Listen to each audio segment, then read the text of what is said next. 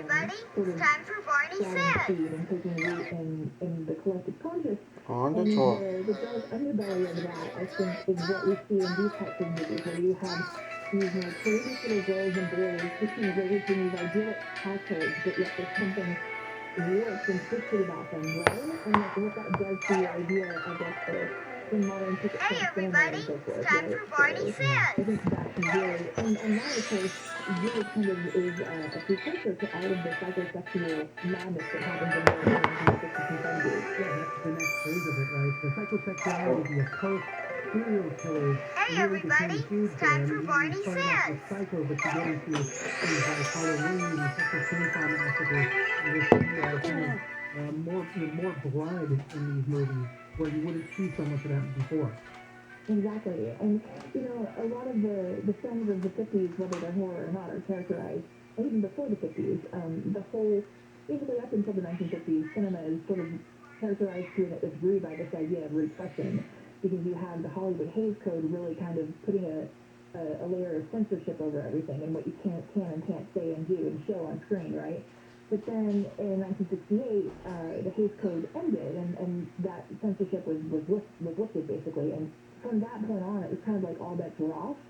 And so you really had this period of, gleeful unrepression, I think, of all of these more sordid themes and ideas. And that really, I think, ties into the idea of all of the occult activity that you had in horror films of the period. You had lots of explorations of Satanism, lots of things like demonic possession and other types of supernatural activity that really were supposed to kind of mirror the way that basically the human psyche was kind of breaking down in response to modernity, I think. For sure. And so that's why when you get these big films like The Exorcist and Rosemary's Baby, right, that were just so seismically impactful in terms of how they changed our ideas of Satan, basically. Yeah, definitely. The possession, all that stuff. The Exorcist still creeps me out to this day, but I can't help it. I love watching it, so it's definitely one that figures in there. Let's move on to kind of the next part. The pre 9/11 era. Civilization can protect you. You talk a lot about how American modernity, how things happened in malls. You're really not safe anywhere in all of this. We talk about movies like The Gremlins, one of my favorites also too. Nightmare on Elm Street. You're really everywhere is fair game for horror now. Yeah, exactly. And I think that one big characteristic of horror films of the 80s and so forth is that they play around with this idea that there's nowhere that's really safe. And I think that's such a powerful idea because we see it play out everywhere, whether it's on the beach in Jaws or whether it's in shopping malls, right, with the zombie trilogy, Romero zombie trilogy, or even in your dreams with something like Nightmare on Elm Street. And I think the pinnacle film of that idea is the Blair Witch Project, where you have these kids that are really modern. Even today, they still come across these very modern and current kids. They've been raised in a very safe environment and very by people with all the privilege that the Reagan era afforded economically, right? So they're these very self-assured kids. They're from college. They're going into the woods for what's supposed to be this easy student documentary film weekend, right? And then everything goes to hell. And all of this huge van full of assorted trappings that they brought with them from civilization just proves completely inadequate. And they wind up arguing over a map of the woods, right? And that map basically kind of becomes sort of a before and after point that you can think of as horror cinema, because before, basically with the Blair Witch Project, there's this idea that you have this map and it's lost, it's completely off the map, here there be dragons, right? Right. But then 9/11 happens, and I think with 9/11, you have this emerging idea that I think horror really plays with, that there never was a map to begin with, and we're all lost, and we're all just sort of waking up to the bleakness of that idea. Right, and we see a kind of reinterpretation of a bunch of traditional horror formulas after this, but as you mentioned, it's kind of like how horror looks like in the real world, connections to loss and other violence and things like that, and this is kind of what happens post 9/11. Exactly. And to some extent, you had this set up with Scream, basically, with the advent of Scream in 1996, and how that allowed horror to really kind of become self-aware overnight. And we really saw that, the trajectory, the progression of that play out throughout the 2000s and even into today. You have sort of this idea of genres talking to each other, of the genre talking directly to the audience in some ways. And it all sort of plays within this realm of this idea that there are no narrative rules anymore. So then you have films like you have films like 28 Days Later that are, it's a traditional, playing with a traditional zombie formula, but it's layering all these other really dark, nihilistic commentaries about social decay and man's inhumanity to man and so forth, like on top of it in this way that really kind of really refreshes the genre. Movies seem to be aware that of the tropes that they're playing within, right? And really playing on the audience's understanding of tropes to deepen the conversation within the story. Yeah, I mean, there's so much that goes into horror movies, and as you mentioned, many times holding up a mirror to what's happening. I hope everybody's watching some scary movies over the Halloween weekend, and we'll see what the next phase is. As I mentioned, the pandemic will probably be a big impact there. Asia Romano, culture writer at Vox, thank you very much for joining us. Thank you, my pleasure. Thanks for tuning in to the Daily Dive Weekend Edition. You can catch a fresh episode of the podcast every morning, Monday through Friday on iHeartRadio. You can also follow us on social media at Daily Dive Pod on both Twitter and Instagram. Stay tuned for the Jesus Christ Show next. But first, into the newsroom. This is Kfi Am 640, more stimulating talk. I've been the janitor at this radio station for 30 years. Weird stuff happens whenever one goes home. Like there's this thing living under the transmitter. It walks upright, but haven't been able to get it yet. There you are, you little son of a... KFI. KOST HD2. Los Angeles, Orange County. Live everywhere on the iHeartRadio app. Baldwin breaks his silence. I'm Brian Berman, live from the KFI 24-hour newsroom. Alec Baldwin is talking about the shooting on the set of the movie Rust for the first time. The guy is overwhelmed with this. This is something that there are incidental accidents on film sets from time to time, but nothing like this. This is a one in a trillion.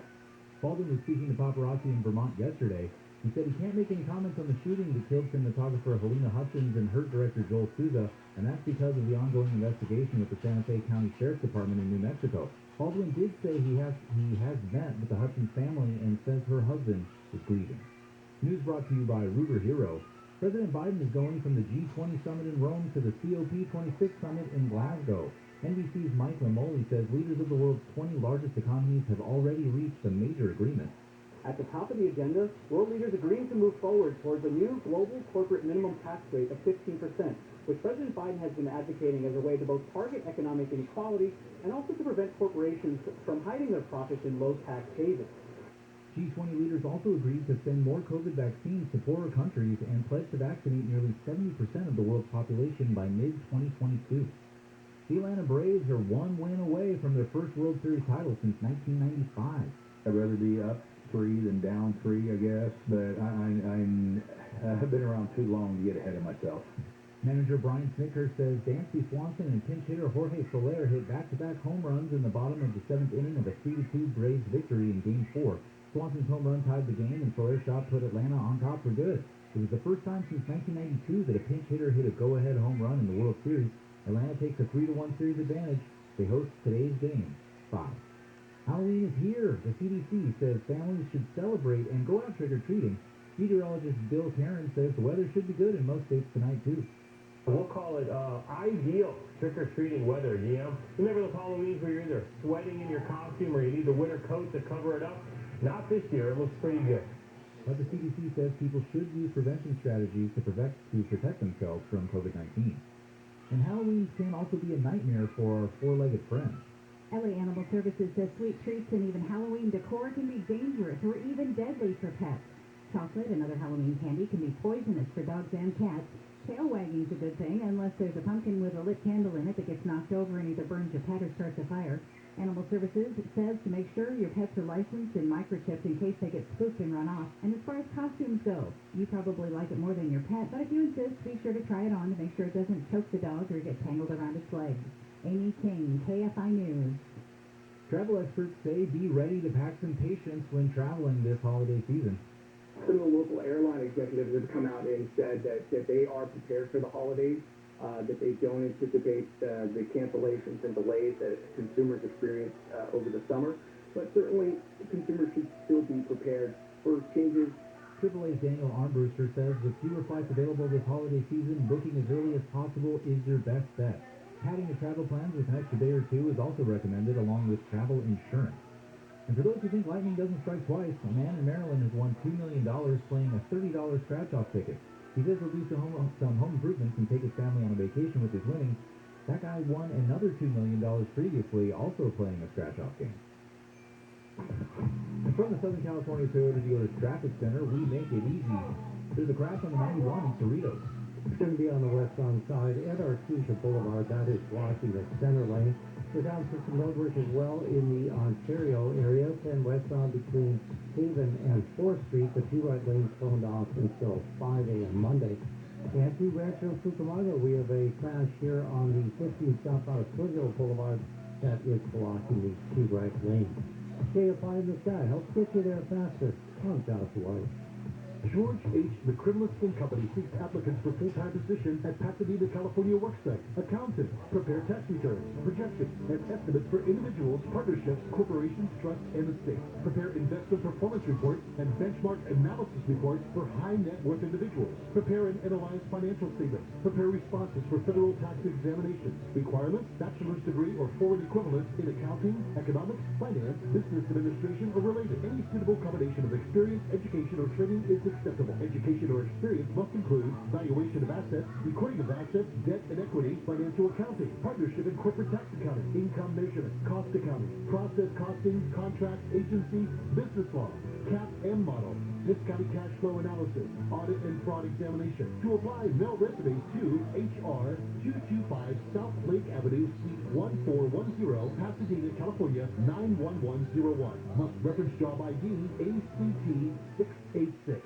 What's all the buzz about nasal irrigation and Navage? And should I try it? Here's the science. Airborne germs invade through your nose. It's the body's air filter for trapping allergens and viruses. When your nose gets clogged, it's less effective and germs multiply. Eventually, your immune system can get overwhelmed and you get sick. Nasal irrigation is an effective, all-natural way to clean your nose. It's not a drug, it's more like plumbing. Saline goes in one nostril, around the back of the nose, and out the other nostril, flushing out mucus and germs.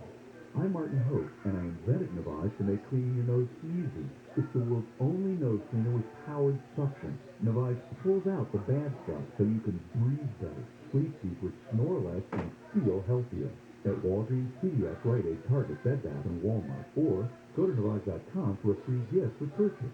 Over 2 million sold. Navage, N-A-V-A-G-E. Clean nose, healthy life. Thinking about life insurance? What if you could make one free phone call and learn your best price from nearly a dozen highly rated, price-competitive companies? Well, that's exactly what happens when you call SelectQuote Life. For example, George is 40. He was getting sky-high quotes from other companies because he takes meds to control his blood pressure. But when I shopped around, I found him a 10-year, $500,000 policy for under $25 a month. I'm SelectQuote agent Dan Sabino. And believe me, if SelectQuote isn't shopping for your life insurance, you're probably paying too much. For your free quote, call 800-509-1667. That's 800-509-1667. 800-509-1667. Or go to SelectQuote.com. Since 1985, we shop, you save. Get full details on the example policy at SelectQuote.com/commercial. The price could vary depending on your health, insurance company, and other factors. Not available in all states. Southland weather from KFI. Low clouds and fog with some patchy drizzle. Partly cloudy by the afternoon. Highs in the 60s to low 70s at the beaches. Upper 60s to low 70s in Metro LA and OC. Mid 60s to low 70s in the Inland Valleys. And low to mid 70s in the Inland Empire. Right now it's 59 degrees in San Clemente, 59 in Hacienda Heights, 57 in Sherman Oaks, and 57 in Pasadena. We lead local, live from the KFI 24-hour newsroom. I'm Brian Bruno. The following is a pre-recorded program.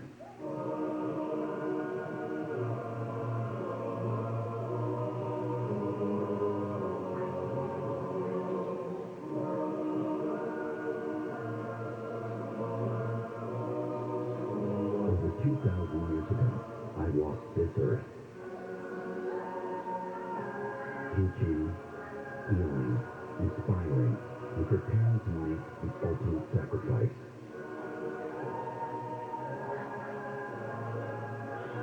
For God so loved the world that he gave his only begotten Son, that whoever believes in him shall not perish, but have eternal life. What if today you and I could talk voice to voice, and you could ask me anything? You are listening to the Jesus Christ Show.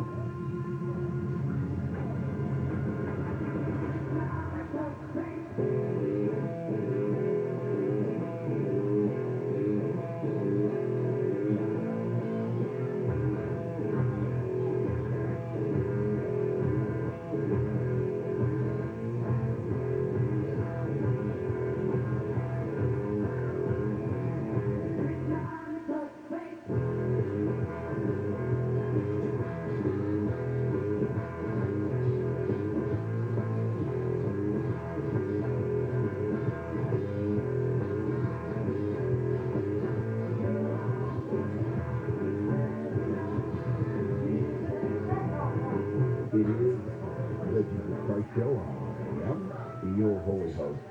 Happy to be with you this Sunday as I'm with you every single Sunday. Right here, answering your questions and talking about the things that truly matter in life and, of course, the afterlife. I encourage you to be bold and brave and go to the phone this morning with your theology question or life situation question anywhere. In the US of A, dial 800-520-1534. That's 800-520-1534. Halloween. A big day to some and an annoyance to others. Pagan rituals to some. A time of candy and frivolity to others.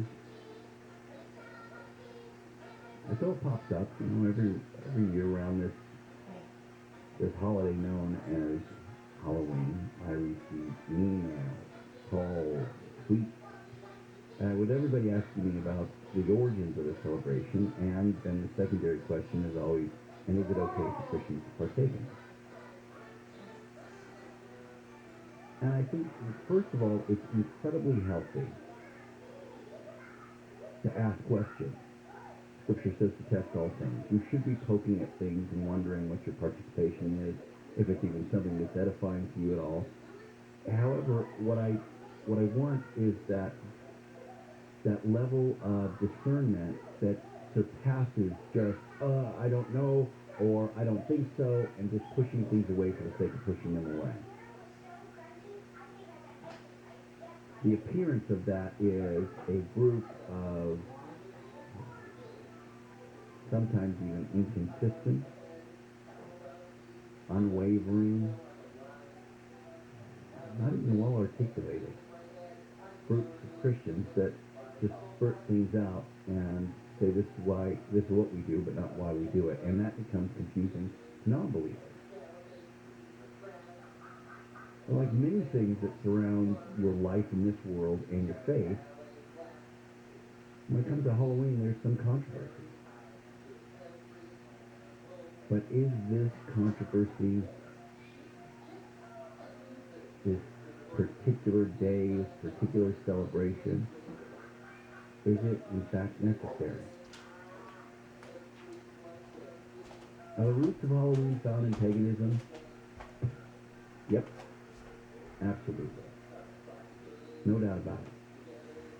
Does it automatically mean that a Christian can't partake in any part of a Halloween celebration? Of course not. I know there will continue to be disagreements, but what is based on fear and ignorance versus the reality? That's what's important, because the more you do something just based on fear and ignorance, the less substantive your faith looks like to others. And you may feel, well, I don't care what it looks like to me. And if so, you should be ashamed of yourself. It's important for those around you that are non-believers to, for you, when they are around you, to give them the best idea you can of what you believe and why you believe it. To give them that hope or maybe understanding in a way that they'll want to ask questions or investigate on their own. Most historians believe Halloween originated with the ancient Celtic festival of Samhain. This is such a bad or Samhain, and it means the end of summer.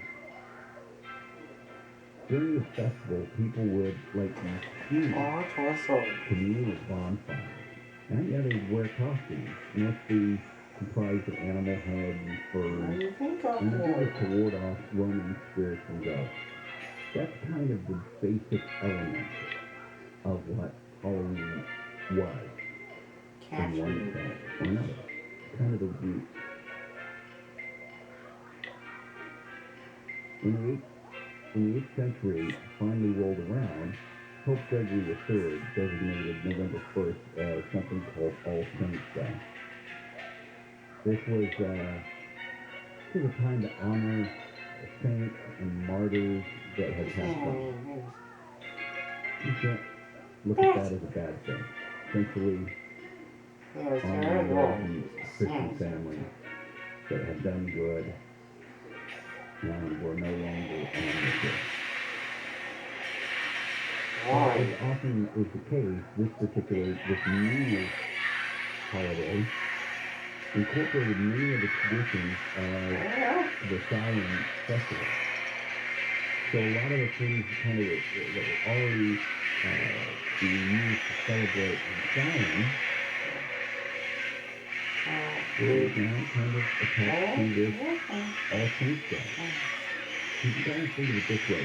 It's much easier to paint an old building and put up a new sign than it is to tear down the whole building and start from scratch, right? And this is nothing new.